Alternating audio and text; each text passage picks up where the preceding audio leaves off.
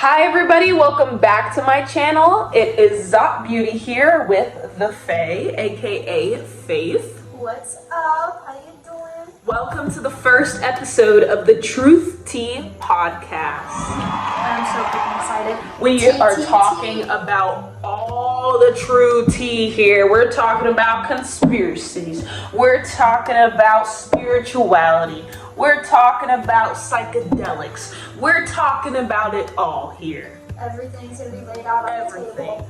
Under the veil, over the veil, exposed.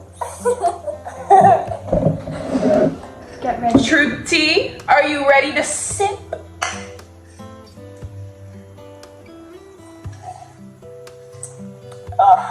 Yep. So the first thing we're going to be talking about is light language.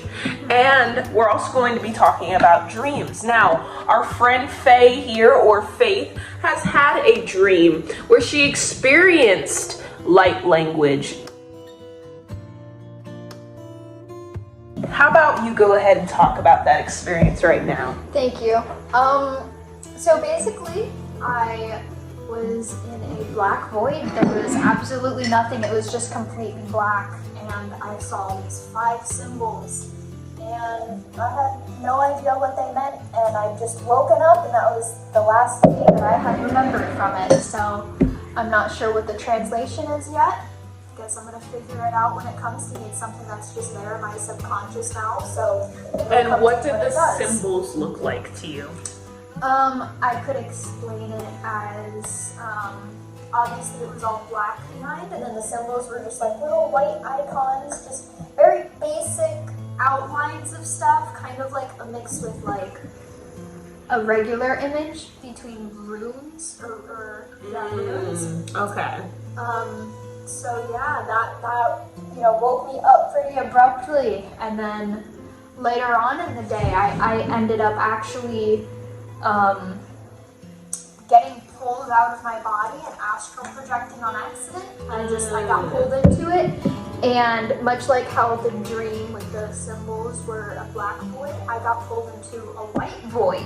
Oh yes. So I had no body, there was nothing, it was completely white. If you've ever seen that episode on SpongeBob where We finally have found a place where I can be all alone. Squidward is out there in the dimensions and he's seeing flying colors and shapes. Yeah. It was like that, but take away the colors and the shapes and all white. the physical body is there's literally nothing but energy. And I got astral projected into that, and all of a sudden there was this very divine energy, like a football field away from me. And it was just Could be source slowly. energy. Yeah, exactly. That's what I felt. She feels. That's what I felt, is that it was just source energy, like the very, first energy ever to start everything. Like it was there and it was coming to me, and I'm like, okay, I get it. That light language came to you almost like a warning for Yes. when you went into the white void and you told yourself that you didn't belong there and you had to go back. Yeah. So do you think that light language was your key to getting back into this dimension? Like it was almost like a subconscious download key that you used be able to. to summon yourself out of that place? I wonder, because it did take me about 10 seconds to actually bring me back, of me fully like embodying everything and being like, I want to go back, I'm not ready for this. It was completely nice being there, I just wasn't ready for it. So I had to pull myself back, but entirely like the symbols, they were foreshadowing something was about to happen. Yeah. And it not even 2 hours after did that actually happen to me. So what's insane is I'm gonna plug my TikTok right here, Zot Beauty. Most of y'all are from my channel, Zot Beauty. Some of y'all are the OGs on my YouTube channel. But I talk about my dreams so much on my TikTok, and she's very heavily into dream interpretation. And I've been getting into dream interpretation lately as well. And there's something about this dream realm that I just always go back to. and I've been revisiting this particular dream realm over the course of the years repeatedly, but recently it's been more so almost every night since my TikTok has been, gaining followers and stuff. Like, it's almost like I keep getting pulled back into that alternate reality. And it's like a whole different life, but at the same time, it has ties to this 3D life. Like, there's similarities, but it's totally whacked out different. Like, in my dream realm, like, there's all these specific places that I've had different dreams in, but they're all in the same vicinity, like all in the same plane in the same universe. Like, I had a wild Walmart dream. That weird Walmart that's in my dreamland is right next to, like, this weird fashion store, which is also right next to, like, a weird Dairy Queen, which is also next to a mall. Like, it's a whole entire, like, there, and then there's like the ritzy area, which I've been to. Also, I had a weird dream where I ran into this weird, like, huge mansion neighborhood, right? And it was very hilly, and it was very cartoony looking. Like, it looked like Whoville, but in real life. But it was super rich looking. Do you know what I mean? Yeah. Like, the houses were like architecturally different shapes and like random bold weird colors. But they were like mansions, so beautiful. I went like, and I don't know why I was there, and I didn't know why, but I was in somebody's house, and like, and I've been to that neighborhood a couple times just walking around looking at the weird, like, decorations they have in the neighborhood, because it's like otherworldly. Your dreams before were kind of like foreshadowing that you were gonna end up going into the mansions. Like, you're walking around seeing everything, and then all of a sudden you go into it. It's not even like a real place, I don't think. Yeah, no. It's a totally different realm. But, like, it's weird because it's kind of like this 3D realm, like, where there's houses and stores and stuff. But it's not normal because there's no rules and it's random. Mm-hmm. And the thing about, like, that weird dream is, like, I also, in that dream world that's alternate, as a kid, there's this mall that I would always go to. And there was this secret, not secret, but, like, I felt like it was a secret because all the shopping centers are like in the front, and then when you go back towards at the end of the mall, there's like this little like hill thing that you go down, and then it's like all dark, like laser tag with like glowing signs and stuff, like kids place, like there's like foam blocks that you play in and stuff, and there would be kids running around playing on mountain climbing and I would go there in my dreams like a lot as a kid, and I was an only child, so I don't know if that was just like my way of like exploring other children perhaps in the astral or something. I don't know, but it was crazy, and like I keep getting put back there. And every night, and it's always a different situation in a different building, but it's right next to an old dream that I remember in said dream. Like, I remember past dreams while I'm in the dream itself, and remember my real life and be like, wait. You're building a whole map in your dream world. Yeah. Like, every dream is just like, all right, here's the next place. All right, here's the next block. And like you're building this entire world. It's so weird. It has its own characters and people in it too. And like some of the people are people from my real life, and some are the people I've never seen in real life, but they're so familiar to me because I keep seeing them in the same neighborhoods when I go back to that same dream world.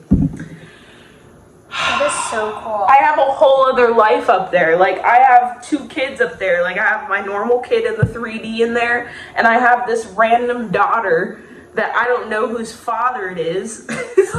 Wait, but I remember when you were pregnant, I had a dream about, like, seeing your baby. And I remember I told you it was a girl. Yeah, but I had a boy. But what's weird is in the dream world, I'm always like running with 2 kids. Yeah. My son and then a daughter named Indigo. So Indigo Aura. So when I had the dream when you were pregnant, and I was thinking, oh, she's probably gonna have a girl. thought, because I saw it was a girl in my dream, I actually saw indigo. Yeah, which is a dream baby that I have. Yeah, which that's so crazy. Yeah. Huh. Right? Huh. Crazy. Precious. I have lovers in the world, like the dream realm of like boys, girls, like it's insane. That's oh so yeah. Cool. But dreams are definitely their whole other place, and we're going to untangle all of that. But Completely different dimension, man. the next topic we're going to be talking about is my shroom experience. Because people were really interested in hearing about this on my TikTok. I was able to share like little snippets of it, but TikTok is very small videos. So I was actually with Faith when this happened.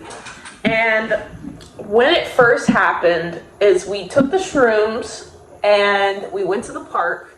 We waited for it to activate or whatever. And then it really started to hit when me and Faith were on the stage and we were like making little TikTok videos dancing. And then I just all of a sudden started losing my focus because obviously the psilocybin's getting into my brain, right? You getting cold. Yeah. And like I was immediately went into like, it was weird. Like my personality was splitting into all different personalities that I usually have that interchange throughout the day, but all at once at the same time.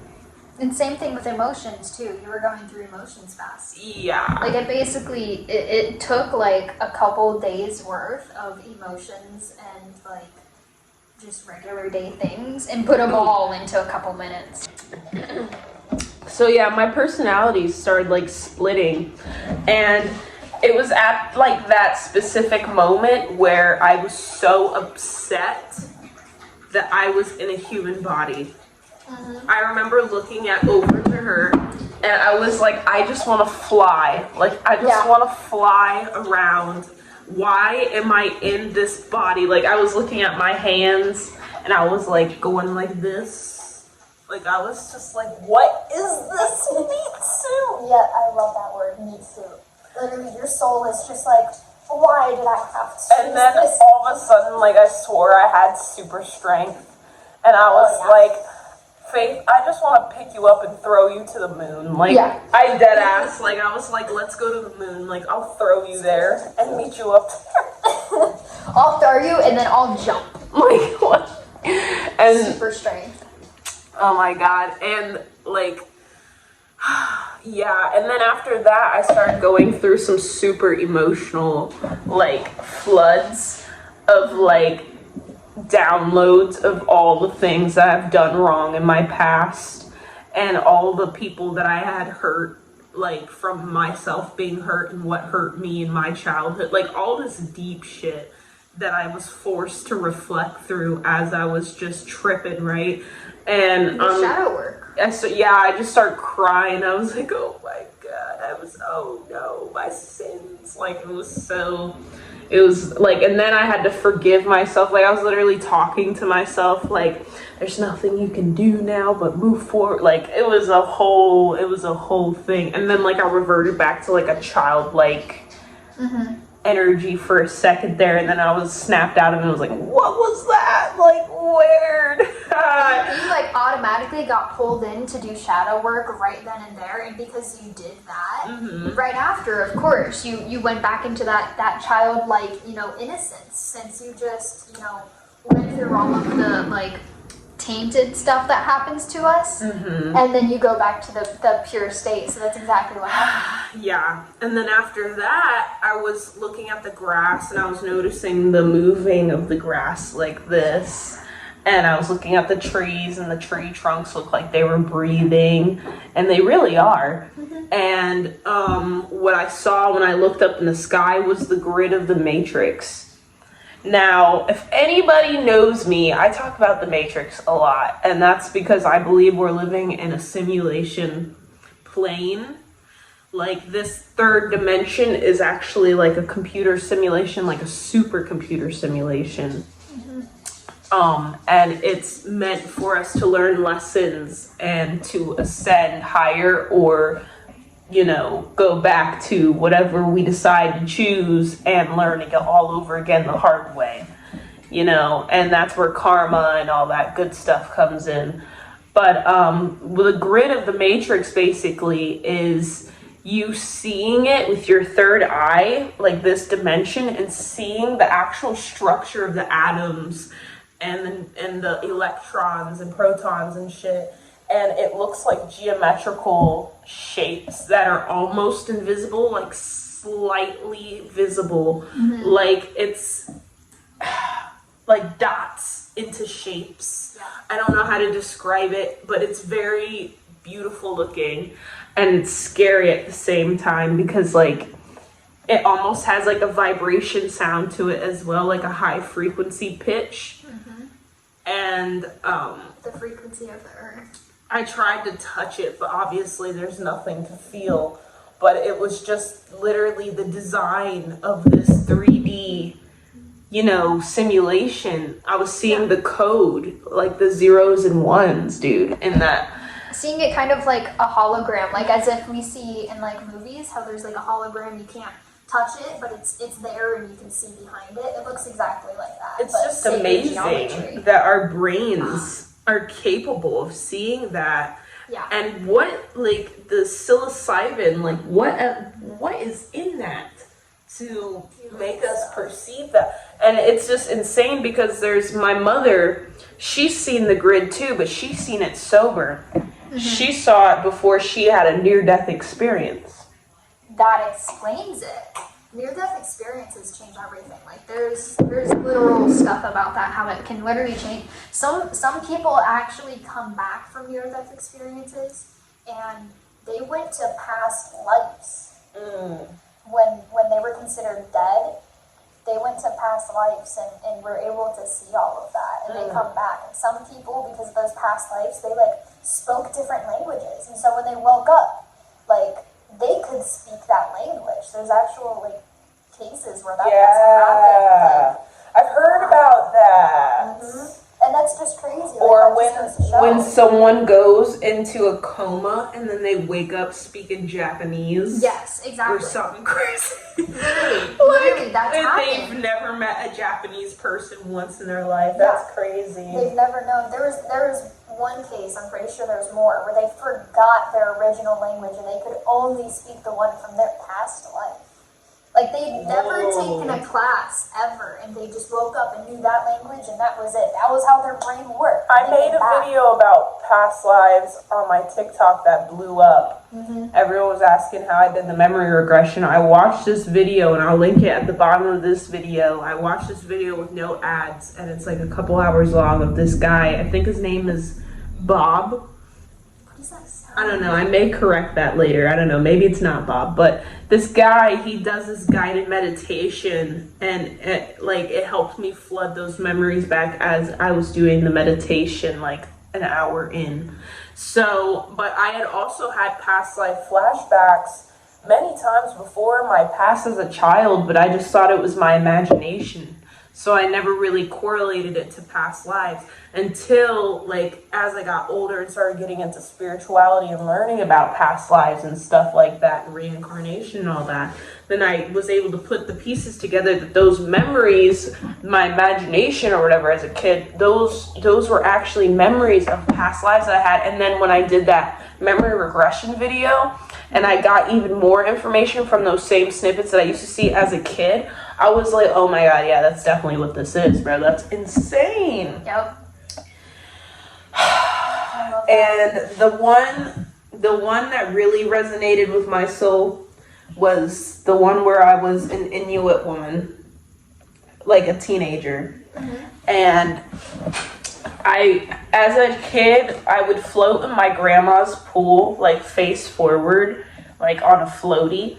And I would close my eyes and I would just get these like memories of freezing cold temperature on an ice block, just laying there floating away from my family. And that's all like I would get. And I would like pop out of the water and be like, ugh, like what the fuck was that? Like, because like I was like 7.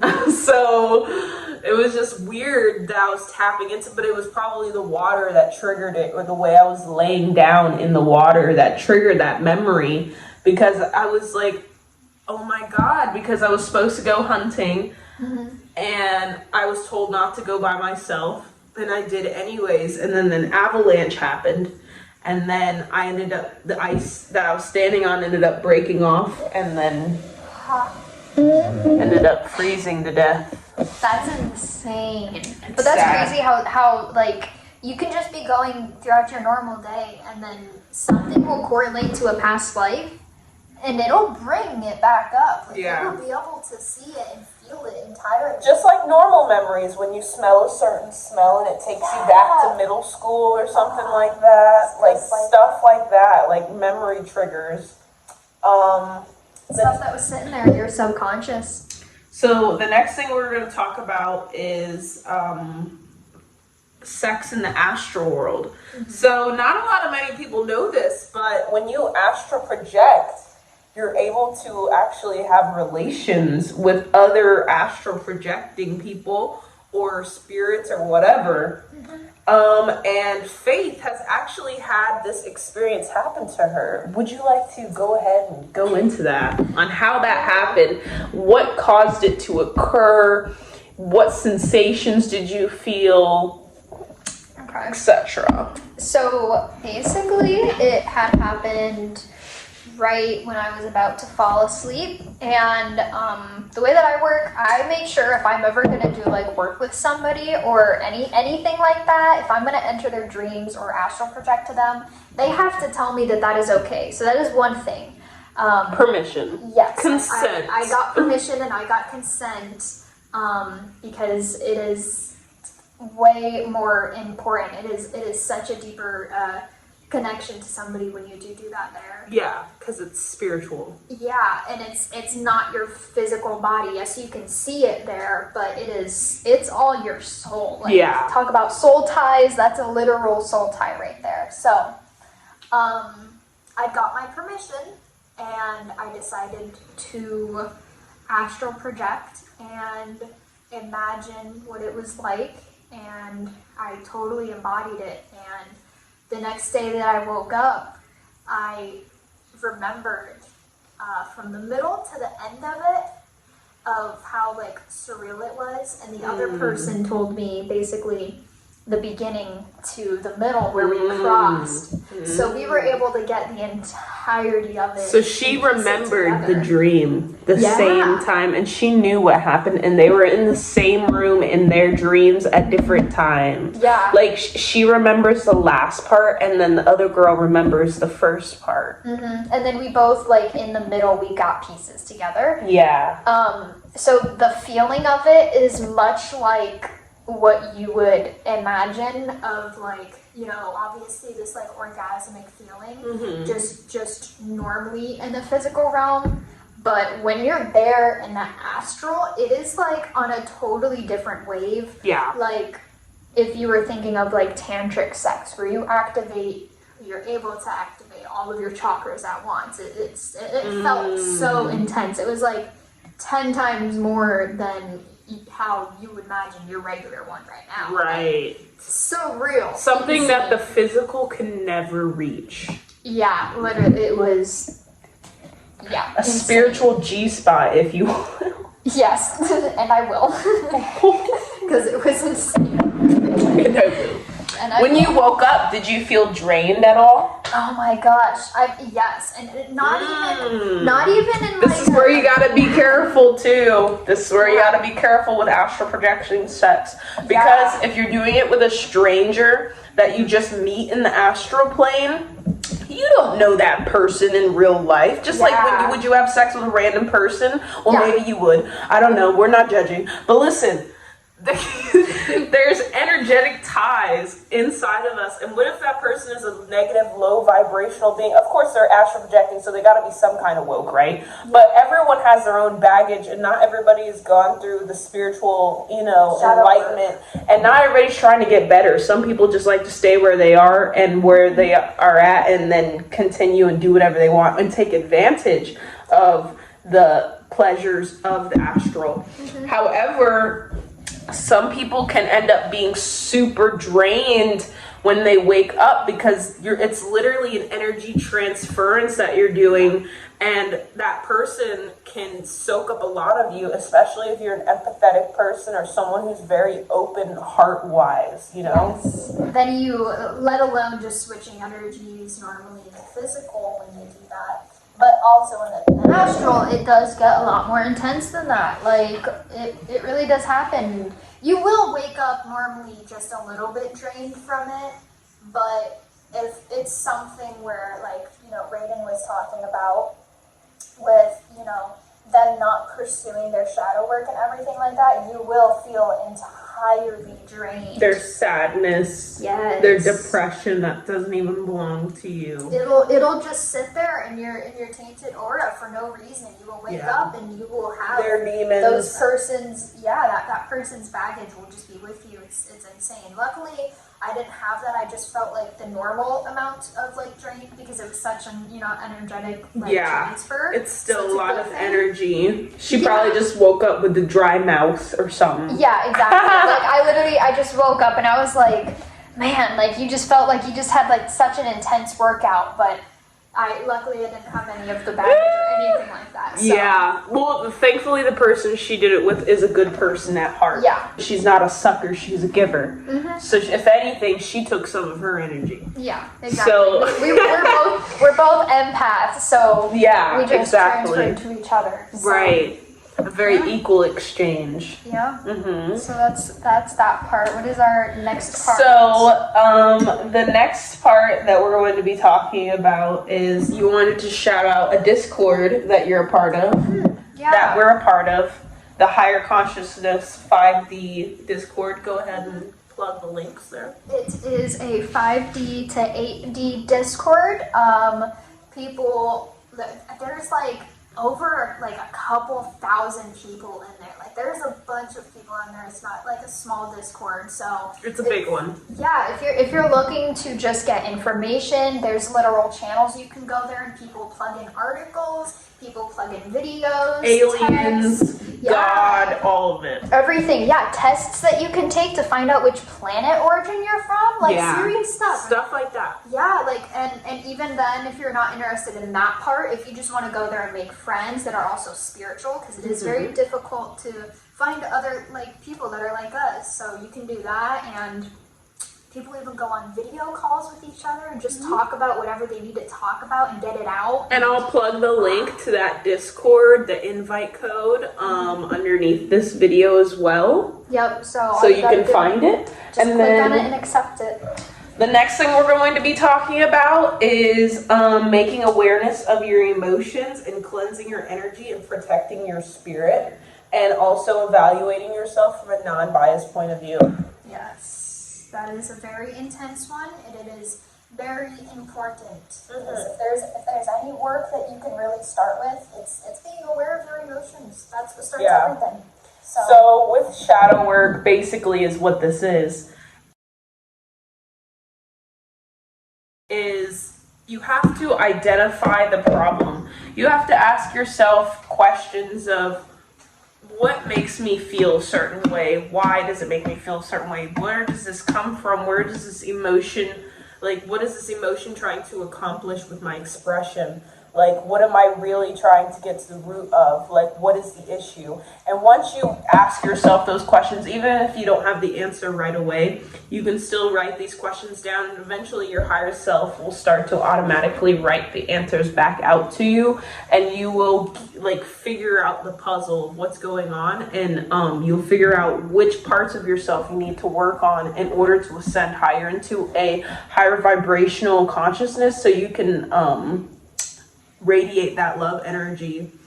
Yeah, and also it's, when you feel those intense emotions and just something, it's always a trigger.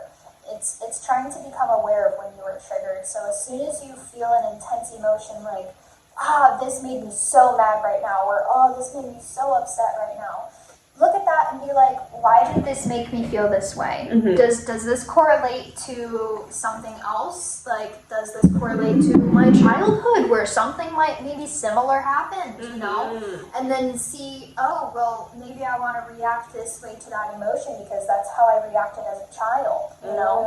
And that's where you have to evaluate your emotion and understand that you're only reacting that way because those are the cycles that you were set up to have. Yeah. But you have the ultimate decision To to break do that. the cycle. Yeah, and change it and figure out what else can I do, because I know this isn't going to get the result that I want. I'm just going to stay in that cycle. Because we each have all a specific storyline that has to play out throughout the simulation game that we're playing.